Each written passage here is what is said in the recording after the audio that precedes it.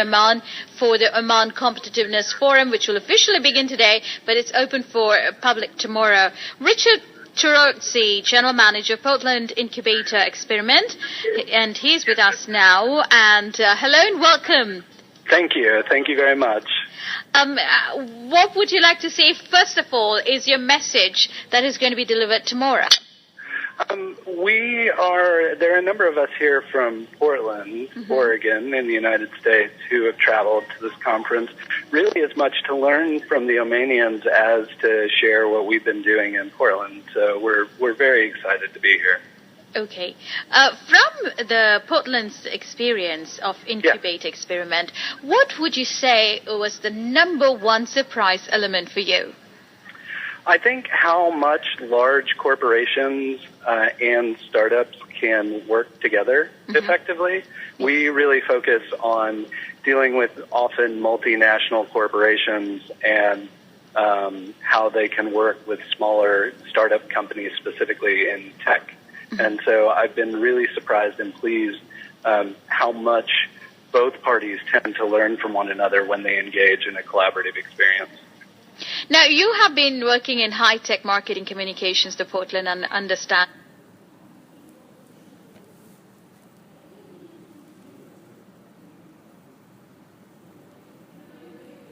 There's a blog I started as a side project simply to cover what I saw happening in the Portland startup scene. And I was just lucky enough that people kept reading it and I kept writing, and eventually it became a blog as kind of the news source about what was going on in the tech scene.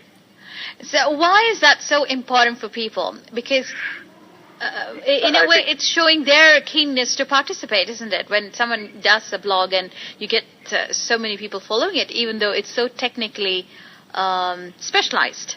Yeah, I think it's always important for a community to have a storyteller or a number of storytellers who are helping to relay that story, and I've been very honored to play that role in our community. I think, part of my job is to make what might be something highly technical more digestible for the general public, and I often treat it with a little bit of levity as well, so I'm hoping that the blog's an enjoyable read for a lot of folks as well. What is this, the Just Do It project? Oh, that is part of PI. PI began as a collaboration with a company called Wieden & Kennedy. Wieden & Kennedy is an advertising firm. It's a global advertising firm. They have been involved in things like the Nike Just Do It campaign. That was theirs. If people have seen the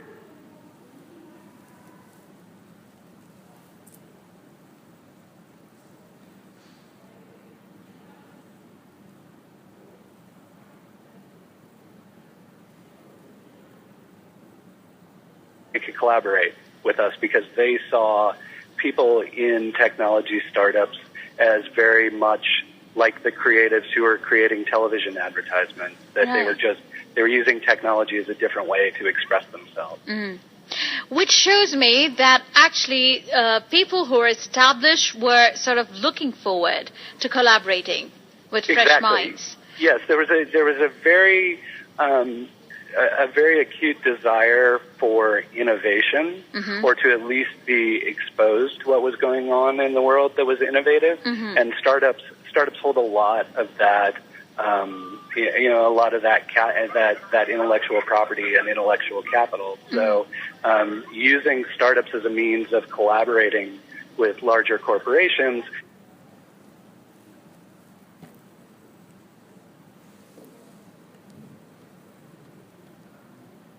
has been focused on what people would typically think of when it comes to technology startups. So let me interrupt you. Mobile applications or those kind of things. Okay. We are now moving into the realm of people who use technology to tell stories. So video games or film and television or special effects, and trying to help startups in those domains really ramp up quickly like the tech startups have. Right. Let me just interrupt you there, sir, just for our listeners' understanding. When our guest Rick says PI, that means the Portland Incubator Experiment. Yeah, sorry, I always use the acronym. So. Yes, I'm sure. I mean, you need to because you're using it on a daily basis, just for our listeners' benefit. And Portland Incubator Experiment is now, this is where it's standing, that you're actually using digital storytelling methods, like working with filmmakers and video game creators. That also... it will actually be a separate accelerator, but we will use some of the same techniques that have worked for us in the Portland Incubator Experiment. What really is the success story, do you think?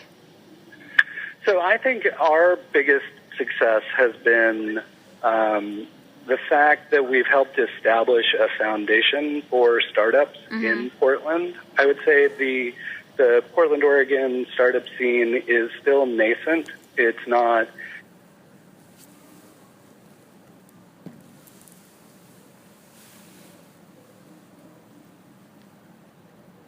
community together and help them focus on the effort of helping these startups get going. So I've really been pleased and surprised how quickly that the Portland Incubator Experiment has been able to help that community come together, and look forward to continuing to do that work.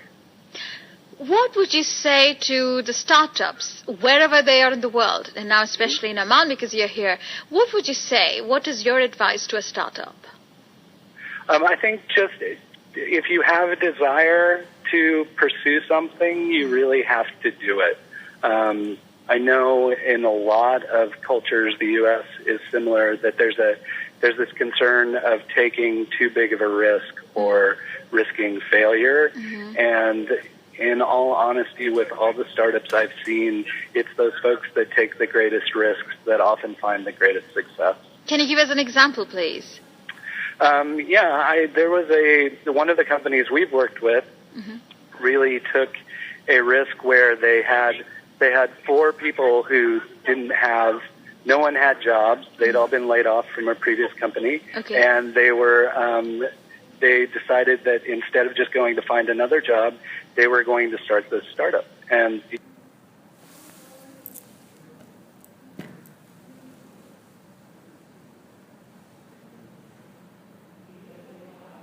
the beginning of the new year employs nearly 200 people. Fantastic. And has raised nearly $50 million in venture capital. That makes me wonder, Rick Turoczy, that does it sometimes, do we need like a real shake-up for us to get and tap in our potential? Because if those 4 people were not laid off, they had their jobs, they would have never actually gone out, worked hard for a month. 5 years later, they're employing 200 people, 200 other people are being employed by them. That would have never happened if they didn't lose the chance. So do you think every one of us... Without that event occurring, I don't know that they would have had the motivation to take on that problem. I think you're absolutely right. So do you think we all have the potential but are not really tapping into it?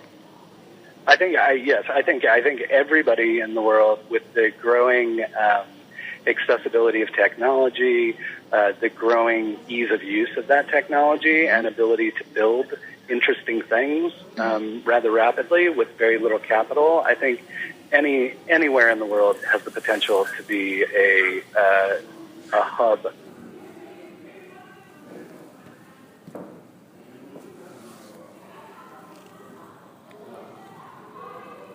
Of the decision makers in saying yes or no to the people who come to you for the projects. What instantly makes you say yes when you see a project? I will tell you, it seems a little counterintuitive, but what often makes me say yes is the team itself. We really look at the people and their potential for being good entrepreneurs, as well as how potentially coachable they are, how well they can take feedback, how well they can implement that feedback in an effective way.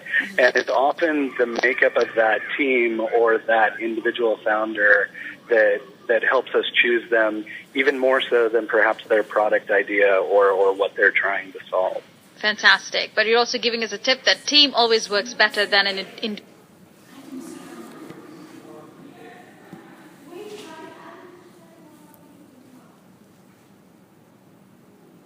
Ideas off of one another and have disagreements and really argue through those issues. But we've also had the opportunity to work with solo founders who've built very interesting companies as well. So it's not a hard and fast rule. Okay. But we do find that teams do excel, especially in our environment. Thank you so much, Mr. Rick Turoczy, General Manager of Portland Incubator Experiment. You have a lovely stay in Oman and a beautiful day tomorrow for your presentation. Thank you very much. Thank you, sir. Bye-bye. Bye-bye. And that's it for this edition of Afternoon Buzz.